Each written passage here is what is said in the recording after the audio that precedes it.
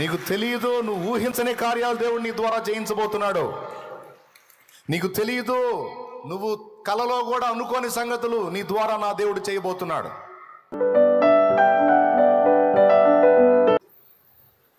మనుషుల వైపు చూసి మనుషులకు మొరలు చెప్పుకొని మనుషుల మీద ఆనుకున్నంత వరకు దేవుడు జోక్యం చేసుకోవడానికి వెనకాడతాడు. దేవుడు అన్నాడు, నువ్వు మనుషులకు మొర్ర పెట్టు, వారు నీకు ఉత్తరం ఇచ్చేదనలా, నీవు నాకు మొర్ర పెట్టు, నేను నీకు ఉత్తరం ఇస్తానన్నాడు. నువ్వు మనుషులను అడుక్కో, నేను నీకు సాయం చేస్తానల్లా, నన్ను అడుగుము, జనములను నీకు సొత్తుగా, భూమిని దిగంతముల వరకు నీకు స్వాస్థ్యంగా ఇస్తానన్నాడు. సో మొదటి విషయంలో ఈ ఒక్క పాయింట్ని మీరు మేజర్గా తీసుకోండి. నీకు క్లియర్గా అర్థమయ్యేటట్టే చెప్తున్నాను. నేనేం తమిళం చెప్పట్లా, లేదా మలయాళం చెప్పట్లా. ఒక మనిషి వైపు తిరిగి మనిషి మీద ఆనుకున్నందుకు 2 ఏళ్ళు కూర్చోవాల్సి వచ్చింది జైల్లోనే. ఇర్మియా 17:5 నరులను ఆశ్రయించి శరీరాలను తనకు ఆధారం చేసుకొని యెహోవా మీద నుండి తన ఆత్మను తొలగించుకున్నవాడు శాపగ్రస్తుడు. నరులను ఆశ్రయించి మనుషులను ఆధారం చేసుకొని శరీరాలను ఆధారం చేసుకొని యెహోవా మీద నుండి తన ఆత్మను తొలగించుకున్నవాడు శాపగ్రస్తుడు. తన హృదయాన్ని యెహోవా మీద నుండి తొలగించుకున్నవాడు శాపగ్రస్తుడు. నరుల్ని కాదు ఆశ్రయించాల్సింది, ఆశ్రయపురం ఆయన. మొత్తుకున్నా, మొర్రపెట్టినా, గోజాడినా ఆయన ఆధారం, ఆయన ఆనుకోవాల్సింది ఆయన మీద, ఏడవలసింది ఆయన దగ్గర, మొర్రపెట్టాల్సింది ఆయన దగ్గర, ఎదురు చూడాల్సింది ఆయన కోసం, దయను వేడుకోవాల్సింది ఆయన్ని. ఏ మనుషుడు నమ్మదగిన వాడు కాదు, ఏ మనుషుడు ఎల్లప్పుడూ తోడు రాడు. వాగ్దానాలు ఇస్తారు, మాటలు ఇస్తారు, మొత్తం పోతాయి. సర్వకాల సర్వావస్థల యందు నిన్ను విడవక ఎడబాయక హత్తుకొని నిన్ను పెంచి పోషించి నడిపించి ఆదరించి బాగు చేసి బ్రతికించి నిన్ను కొలికి తెచ్చేవాడు దేవుడు మాత్రమే. కడలేని కడలే తీరము ఎడమాయే కడకున్నా బ్రతుకున్నా, గురిలేని తరుణని ఎవ్వడూ గురిగా లేరిక. నట్టనటి సముద్రంలో ఒంటరిగా మిగిలిపోయినట్టు అయిపోయింది నా బ్రతుకు ప్రభా. ఇప్పుడు ఎవరు దిక్కు, ఎవరు దారి చూపుతారు, ఎవరు సాయం చేస్తారని నడి మధ్య నిలబడి దిక్కులు చూస్తే ఎక్కడా దిక్కు కనపడలా. గురిలేని తరుణాన వెరువగా నా దరినే నిలిచావా నా ప్రభువు, నీకు స్తోత్రమయ్యా. కాబట్టి అడుగు జారాడు అక్కడ ఒక మనిషి వైపు తిరిగి. దాని ఫలితం 2 సంవత్సరాలు ఇబ్బంది పడాల్సి వచ్చింది. మళ్ళీ దేవుని వైపు తిరిగి, సారీ నాయన, ఆడు రాజు దగ్గర పానపాత్ర అందిస్తాడు కదా, ఆడు చెబితే రాజు నన్ను బయటికి తెస్తాడని ఆ మనుషులకి వెళ్ళి చూశాను. బుద్ధి తక్కువైంది, ఇంకెప్పుడు చూడను అన్నట్టు తిరిగితే అక్కడి నుంచి తీసుకొచ్చి ఏకంగా ఐగుప్తు సంస్థానం అంతటి మీద నియమించాడు దేవుడు. ఇదంతా ఓ నాయన, నాకు తెలిసి 100 సార్లు చెప్పినా నాకు తృప్తి తీరదు యోసేపు లైఫ్, ఎందుకంటే నాకు చాలా ఇష్టమైన జీవితం అది. కానీ ఈరోజు ఆ మ్యాటర్ ఎందుకు చెప్పానంటే, నీ మట్టుకు నువ్వు స్త్రీవైనా, పురుషుడివైనా, యవనుడివైనా, వృద్ధుడివైనా, బాలుడవైనా, బాలికవైనా, నువ్వు నడి వయస్సు గల స్త్రీవైనా, పురుషుడివైనా, నీ వయసు, నీ జ్ఞానం, నీ చదువు ఇవన్నీ పక్కన పెడితే, నీకు తెలిసినంత వరకు, దేవుని వాక్యంలో నీకు వినబడినంత వరకు, దేవుని యందు భయభక్తులు నిలిపి దేవుడు నియమించినటువంటి నీతి నియమాల్లో, కట్టడల్లో నిన్ను నువ్వు ఇముడ్చుకొని దేవునికి భయపడి దేవుడు తృప్తిపడే విధంగా కానీ నువ్వు జీవించటం మొదలు పెడితే, నా సోదరా, నీకు నీ ఇంటి వారికే గాక భవిష్యత్తులో నీకు తెలియకుండా వేల మందికి, లక్షల మందికి దీవెనకరంగా మారుతావు, నువ్వు స్త్రీవైనా, పురుషుడివైనా. కానీ దేవుడు గీసిన చట్టంలో నువ్వు ఇముడ్చుకోవడానికి జాగ్రత్త పడాలి. మళ్ళీ చెప్తున్నాను ఇంకోసారి క్లియర్గా, దేవుడు నియమించిన కట్టడలను మేరకుండా, నాకు దేవుడు తృప్తిపడే జీవితం కావాలి, దేవుడు సంతోషించే జీవితం కావాలి, దేవునికి ఆనందం కలిగించే జీవితం నాకు కావాలని ప్రతి అడుగు కూడా ఆయన సంతోషమే, ఆయన ఆనందమే, ఆయన ఇష్టమే, ఆయన చిత్తమే అనుకుంటా నువ్వు కానీ మనుషుల ముందే కాకుండా మనుషులు లేని రహస్య సమయాల్లో సైతం నువ్వు జాగ్రత్త పడగలిగితే, నీకు తెలియనంత గొప్ప కార్యాలు నీ ద్వారా దేవుడు జరిగించబోతా ఉన్నాడు. ఇది యోసేపు జీవితంలో మనకు స్పష్టంగా అర్థమయ్యేటువంటి సంగతి, అబ్రహాము జీవితంలో అర్థమయ్యే సంగతి, దావీదు జీవితంలో అర్థమయ్యే సంగతి. ఇంకా చాలామంది బ్రతుకులు మనం చూడవచ్చు. వీళ్ళంతా సింగిల్గా ఓన్లీ వాళ్ళ వరకో లేదా వాళ్ళ కుటుంబాల వరకో కాదు, కోట్ల మంది ప్రజలకు దీవెనకరంగా వాళ్ళ జీవితాలు మార్చబడ్డాయి. కారణం దేవుడు. రెండవది వారు దేవునికి చూపిన విధేయత. సో ఈరోజు మొదటి పాయింట్లో మనం పక్కాగా గుర్తుపెట్టుకుందాం, రాసుకుందాం. ఏంటంటే, నా వలన జరిగే పనుల తర్వాత ముందు నాలో జరగవలసిన దేవుని పని. నేను చేసేటువంటి పరిచర్యలను బట్టి దేవుడు తృప్తి చెందేది తర్వాత ముందు నా జీవితాన్ని బట్టి దేవుడు తృప్తి చెందినట్లు నేను బ్రతకాలి. నా లైఫ్ దేవునికి తృప్తికరంగా ఉండాలి. ఒకవేళ ఇప్పటిదాకా కొన్ని అవకతవకలు జరిగితే, కొన్ని విషయాల్లో బ్యాలెన్స్ మిస్ అయితే ఖచ్చితంగా అది సరి చేసుకొని ఇప్పుడు లైన్లోకి రావాల్సిన సమయం ఆసన్నమైంది. అలా ఎవరైతే తమ నడతను సరి చేసుకోవటానికి, శుద్ధిపరచుకోవటానికి, క్రమపరచుకోవటానికి, దిద్దుకోవటానికి, జాగ్రత్త పడటానికి సిద్ధపడతారో, మారు మనసు పొందుతారో, తీర్మానానికి వస్తారో, బ్రతకటం మొదలు పెడతారో, ఇక వారు ఒంటిగా ఉండరు. ద్రాక్షావల్లి ఫలించినట్లు విస్తారంగా ఫలించడం మొదలు పెడతారు, వారికి తెలియకుండానే. ఎందుకంటే ఫలింపునిచ్చేది దేవుడే.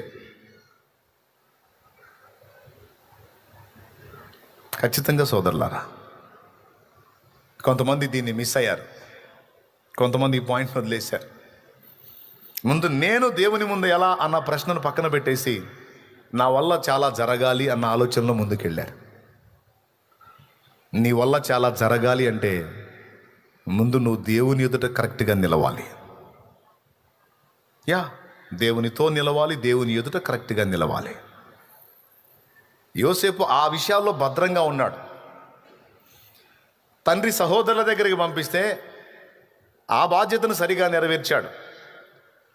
సరే, వాళ్ళు దుర్మార్గం చేసి అమ్ముకుంటే అమ్మబడ్డ స్థానంలో కొన్న యజమానుడు డబ్బులు ఇచ్చి కొనుక్కున్నాడు కనుక వానికి నమ్మకంగా పనిచేశాడు.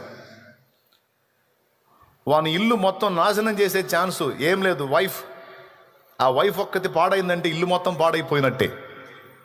ఇంటికి దీపం ఇల్లాలంటారు కదా, ఇల్లాలు జడగొట్టాడంటే మొత్తం అయిపోయినట్టే. టోటల్గా తన యజమానుడి కొంప కొల్లేరు చేసే ఛాన్స్ వచ్చింది, టచ్ కూడా చేయలే. జాగ్రత్త పడ్డాడు. నిష్కారణమైన నింద మోసాడు. ఒక్కరోజు కూడా సణుక్కోలా గొణుక్కోలా దాన్ని దినం చేయాలని లేదు, అది నాశనం కానాలని లేదు. అది అట్లా పోయింది ఎట్లా పోయింది అని కూడా అలా. పాపం పుణ్యం దేవుడికే తెలుసు, దేవునికి స్తోత్రం అనుకున్నాడు, వదిలేశాడు. ఎక్కడ పెట్టినా సరే, ఎక్కడ నియమించినా సరే, పరలోకంలో ఉన్న దేవునికి, కన్న తండ్రికి నియమించినటువంటి యజమానునికి నమ్మకంగా పనిచేశాడు ఆయన. తను తాను నియంత్రించుకున్నాడు.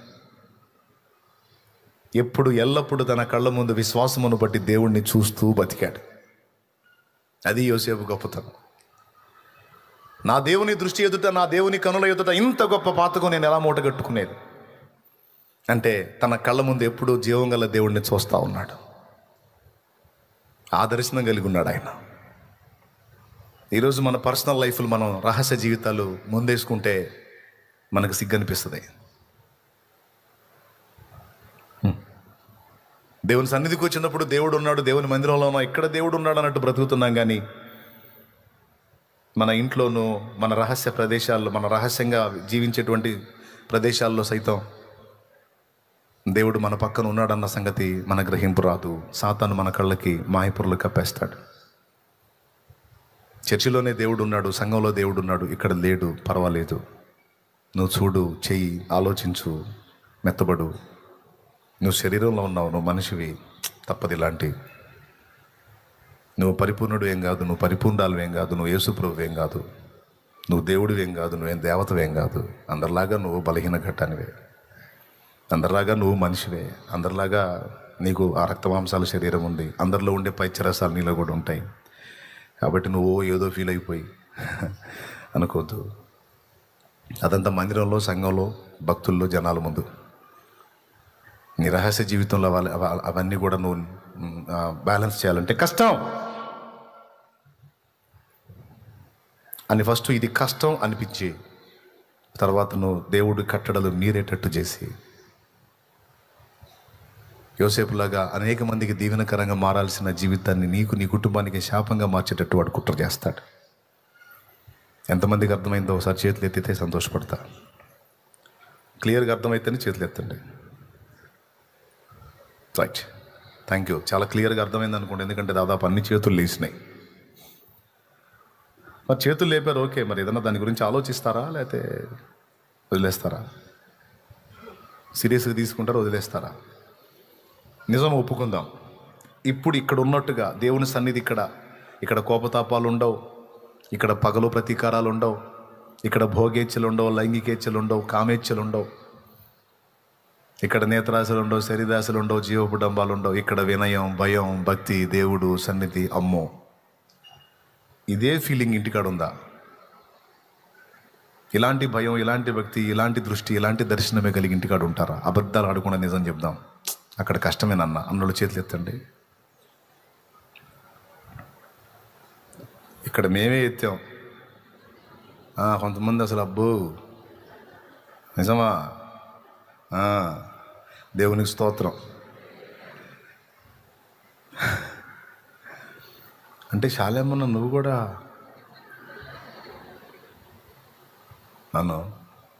నేను మనిషినే కదా, నీకున్న అదే బాడీ నాకుంది కదా. ఆ ఫీలింగ్స్ ఎలా వస్తాయో ముందు నేను గమనించి కదా మీకు చెప్తుంది. అర్థమైందా? ఏ టైప్ ఆలోచనలు వస్తాయి, ఎలా ఉంటే ఎలా ఉంటుంది, ఎలా ఉండాలి, దాన్ని ఎలా తప్పించుకోవాలనేది నేను ఎదుర్కొని కదా మీకు బోధిస్తున్నాను. అయితే నేనేమన్నా స్పెషల్గా మహిమ శరీరాన్ని వేసుకొని ఏమన్నా పుట్టాను అయింది? ఏం పుట్ల. నీకే బాడీ ఉందో నాకు అదే బాడీ ఉంది. నీకు కలిగే దరిద్రపు ఆలోచనలన్నీ నాకు కూడా వస్తాయి. కానీ వాటి విషయంలో మనం మెత్తబడితే కలిగే నష్టం ఏంటి? కష్టమైనా సరే దేవుని శక్తిని బట్టి అధిగమిస్తే వచ్చే లాభం ఏందన్న పాయింట్ నీకు అర్థమయ్యేటట్టు చెప్తున్నాను నేను. పిచ్చి లాజిక్లు చెప్పుకొని మెత్తబడవచ్చు, లేదా దేవుణ్ణి బట్టి ఇంద్రియ నిగ్రహాన్ని కలిగి, ఆశా నిగ్రహాన్ని కలిగి అధిగమించి ఒక ఫలం ఫలించవచ్చు, ఒక వెలుగు వెలగవచ్చు. ఇక్కడ మనకు ఒక ఆప్షన్ ఉంది. యేసయ్య అయితే ఒక్క చోట కూడా అడుగు జారలా.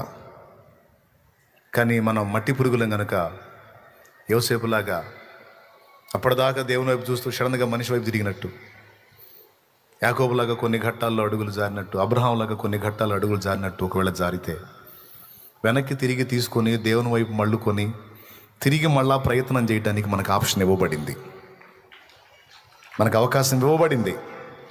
ఓకేనా? ఇప్పటిదాకా నువ్వు కొంచెం అటు ఇటుగా ఉన్నావు, ఇప్పటిదాకా కొంచెం చంచలంగా ఉన్నావు, ఇప్పటిదాకా కొంచెం బలహీనంగా పడతలెగుస్తూ ఉన్నావు. అది కంటిన్యూ చేస్తావా, లేకపోతే నిలబడటానికి పోరాటం చేస్తావా? చెప్పు, ఏం చేస్తావు? ఎదురు తిరుగుతావా, మెత్తబడతావా, రాజీ పడతావా, పోరాడతావా? దేవునికి తృప్తి కలిగే విధంగా నువ్వు నడుచుకోవటానికి మొదలు పెడతావా? అబ్బో అది అసలు మనకు అసలు సాధ్యమయ్యే పనే కాదని రాజీ పడతావా? ఎవరి మనసాక్షికి వాళ్ళు, నా మనసాక్షికి నేను, నీ మనసాక్షికి నువ్వు. ఒక్కసారి కళ్ళు మూసి ఆలోచించు, నా జీవితాన్ని బట్టి నిజంగా దేవుడు తృప్తి చెందుతాడా? నా భక్తి, నా ఆత్మీయత, నేను దేవుని ప్రేమించే తీరు, నా సత్ప్రవర్తన, సత్సాక్ష్యం, నా పర్సనల్ లైఫ్లో నా సమస్త ప్రవర్తన దేవునికి తృప్తికరంగానే ఉందని నువ్వు గుండె మీద చేసుకొని నీ మనస్సాక్షికి, నాకు చెప్పొద్దు, నీ మనస్సాక్షికి చెప్పగలవా? నాకు తెలుసు మీ ఆలోచన ఏంటో. చెప్పలేదు. ఎందుకంటే చాలామంది జీవితాల్లో దేవుడు తృప్తి చెందే కాదు, దేవుడు ఆయాసపడే విషయాలు చాలా ఉన్నాయి. దేవుడు సంతోషపడే విషయం కాదు, దేవుడు నొచ్చుకునే సంగతులు చాలా ఉన్నాయి. అవే సరి చేయబడాలి, అవే దిద్దుబాటు చేయబడాలి. అవి దిద్దుబాటు చేయబడేంత వరకు నువ్వు చెరలోనే ఉంటావు, నువ్వు చెరలోనే ఉంటావు, నువ్వు శ్రమలోనే ఉంటావు. పూర్తిగా నీలో అది విరిగినప్పుడు విడుదల పొందుతావు. దేవునికి నిన్ను నువ్వు లోబర్చుకోవటం మొదలుపెట్టినప్పుడు ఫలించటం మొదలు పెడతావు. ఆఖరి పరీక్షలో కూడా పాస్ అవడానికి యోసేపుకి ఇంచుమించు 2 ఏళ్ళు పట్టింది. అది కూడా అయిపోయిన తర్వాత పోయి ఎక్కడెక్కాడు? ఐగుప్తు అధికార పీఠం ఎక్కాడు. 7 సంవత్సరాలు సమృద్ధి పంట చేతికి వచ్చినప్పుడు దాన్ని అంతటిని భద్రం చేశాడు. అప్పట్లో అగ్రరాజ్యం ఈజిప్ట్, ఐగుప్తు. మంచి పంట వచ్చింది. విచ్చలవిడిగా అమ్ముకునేవాళ్ళు మొత్తం ఏం గింజ మిగిలేదు కాదు.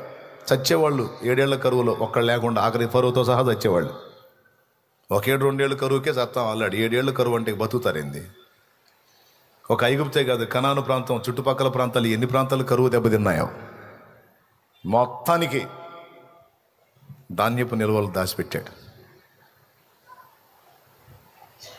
మీరు ఊహించండి, అప్పటి రోజుల్లోనే లక్షలాది మంది ప్రజలు కదా. కనానీలు అయితేనేమి, ఐగుప్తీలు అయితేనేమి, చుట్టుపక్కల ప్రాంతాల వాళ్ళు అయితేనేమి. ఒక్క యోసేపు, 100 యోసేపులు లేరు, 1000 యోసేపులు లేరు, లక్షల మంది లేరు.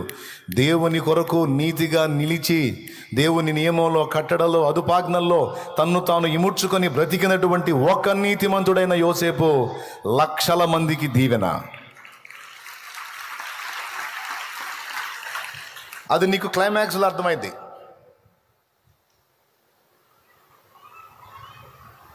నా ప్రారంభం నుంచి నా భక్తి సాధనలో ఈ విషయాలు నా దృష్టిలో పెట్టుకుంటా నేను ప్రయాణం చేసుకుంటా వచ్చా.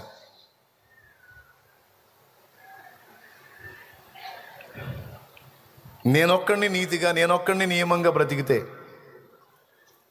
ఇప్పుడు నా ఫ్యామిలీ ఉందండి, వాళ్ళు మారు మనసు లేరు. అప్పుడు మారు మనసు పొందలా, లోకానుసారులుగా ఉన్నారు. మొదట నేను పొందాను. వాళ్ళు కోప్పడవచ్చు, నేను పడకూడదు. వాళ్ళు అడ్డదిడ్డమైన చూడవచ్చు, నేను చూడకూడదు. వాళ్ళు పనికి మాలిన మాటలు మాట్లాడవచ్చు, నేను మాట్లాడకూడదు. ఇప్పుడు వాళ్ళ మధ్యలోనే నేను ఉంటున్నాను. నేను ఒక్కడిని మారాను, వాళ్ళు మారలేదు. చూసి చిరాకు పుట్టిదిగా. ఇప్పుడు నన్ను పద్దాకలు కదిలిస్తుంటే మనకు కూడా ఆవేశం వచ్చిందిగా. కానీ మనం టెంప్ట్ కాకూడదు. కొంప బాగుపడాలని నేను ఒక్కడిని దేవుని యందు భయభక్తులుగా నిలిపి నేనేదో జాగ్రత్తగా భక్తి చేస్తుంటే వీళ్ళు ఇష్టం వచ్చినట్టు చేస్తున్నారు, ఇక నేను కూడా భక్తి లేదు గిక్తి లేదంటే పోయేవాళ్ళు మొత్తం ఎస్కే అనిపి అయిపోయి. దేవునికి స్తోత్రం, హల్లెలూయా. పోరా పోయేవాళ్ళు. కానీ ఇల్లు మొత్తం చెత్తోళ్ళు అయితే అట్ట ఒక్కడన్నా కరెక్ట్గా ఉండాలని, అప్పుడు మారు మనసు లేని కుటుంబ సభ్యులను లక్ష్య పెట్టకుండా ముందు నేను నిలబడి ఆ నీతి నియమాలు వాళ్ళకి చూపాలని యోసేపు జీవితాన్ని నా కళ్ళ ముందు పెట్టుకున్నా. అబ్రహాం జీవితాన్ని నా కళ్ళ ముందు పెట్టుకున్నా. యేసయ్య జీవితాన్ని నా కళ్ళ ముందు పెట్టుకున్నా. దేవుడు చెప్పిన అదుపాజ్ఞల్లో వీరు ప్రయాణం చేసినందున కోట్ల మందికి దీవెనకరంగా మారారు. ప్రపంచంలోని మనుషులందరికీ దీవెనకరంగా మారారు. ఎట్లా? అబ్రహాము దేవుని యందు భయభక్తులు కలిగి దేవునికి భయపడి సర్వకాల సర్వావస్థల యందు సత్ప్రవర్తన కలిగి నడుచుకున్నందున భూలోకంలోని సకల వంశాలు ఆశీర్వదించబడే రక్షకుడు అబ్రహాము వంశంలో పుట్టడానికి దేవుడు ద్వారాలు తెరిచాడు. యోసేపు కూడా అదే నీతి నియమాలను అనుసరించి సత్ప్రవర్తన కలిగి బ్రతికినందున ఏ గోత్రంలో నుంచి రక్షకుడు రావాలో ఆ గోత్రం కరువు కాలంలో చావకుండా, నశించకుండా బ్రతికి ఉండేటట్టు యోధాను కూడా యోసేపు కాపాడాడు. ఇప్పుడు చెప్పండి, వాళ్ళు మనం అనుకుంటాం ఐగుప్తుకి కనానుకే, ఈ 2 దేశాలకే యోసేపు దీవెనకరంగా ఉన్నాడు మీరు అనుకుంటారేమో. నో, యోసేపు ఫ్యామిలీలో యోధా ఉన్నాడు. యోధా గోత్రంలో నుంచి యేసు రావాలి. కరువు కాలంలో యోధా తెచ్చినట్టయితే యేసు రావడానికి గోత్రం ఏది? ఇప్పుడు చెప్పండి, యోసేపు సత్ప్రవర్తన, నీతి నియమం, యేసు క్రీస్తు లోకంలోనికి రావడానికి ఒక గోత్రం నిలవడానికి అది కారణమైంది. యేసు భూమి మీదకి వస్తే భూలోకంలోని సకల వంశాలు ఆయన యందు రక్షణ పొందుతాయి. అంటే వాళ్ళకి తెలియదు అన్నీ. ఇంతమందికి నా చేత్తో అన్నం పెట్టే స్థితి నాకు వచ్చిద్దని యోసేపుకు తెలియదు. ఆ దేవుడేదో నీ యందు భూలోకంలో వంశాలను ఆశీర్వదించబడితే అన్నాళ్లే కానీ అవన్నీ ఆశీర్వదించబడేదాకా మనం ఉంటామా చూస్తామా? ఏందో అనుకుని ఉండొచ్చు అబ్రహాం, కానీ వారి ద్వారా జరిగిన కార్యం మామూలుది కాదు. ఎస్తేరు తల్లిదండ్రులు లేని అనాథ ఆడపిల్ల, వరుసకు అన్నయ్య వాడి దగ్గర పెరిగింది. అమ్మ ఆయనే నాన్న ఆయనే అన్నట్టు పెంచాడు. సమయం వచ్చింది, అమ్మా వెళ్తావా? వష్టిని విసర్జించాడంట అహస్వేరోషు. కొత్త రాణిని ఏర్పరచుకోవాలని కోరుకొని రాజకుమార్తె అయినటువంటి కన్యల్ని పిలుస్తున్నాడంట. నాకెందుకో నువ్వు వెళ్తే బాగుంటుంది అనిపిస్తుంది రా ఎస్తేరు. హదస్సా వెళ్తావా? నువ్వు చెప్తే నేను చేస్తానంది. లోబడింది, వెళ్ళింది. పక్క అన్యుల మధ్యలోకి వెళ్ళింది. తన జాతి, ప్రజలు, సొంత జనులు, బంధువర్గం మొత్తం వదిలిపెట్టి తనకు తెలియని ఒక కొత్త ప్రదేశానికి వెళ్ళింది. కానీ ఎక్కడున్నా, ఇంట ఉన్నా బయట ఉన్నా, తన స్వజనుల మధ్య ఉన్నా అన్యజనుల మధ్య ఉన్నా హదస్సానే నిప్పు నిప్పే అన్నట్టు ఉంది. ఎక్కడున్నా సరే ఆడపిల్ల అయితేనే, అనాథ అయితేనే, అమ్మా నాన్న ప్రేమ రుచి చూడందైతేనే, దిక్కులేందైతేనే,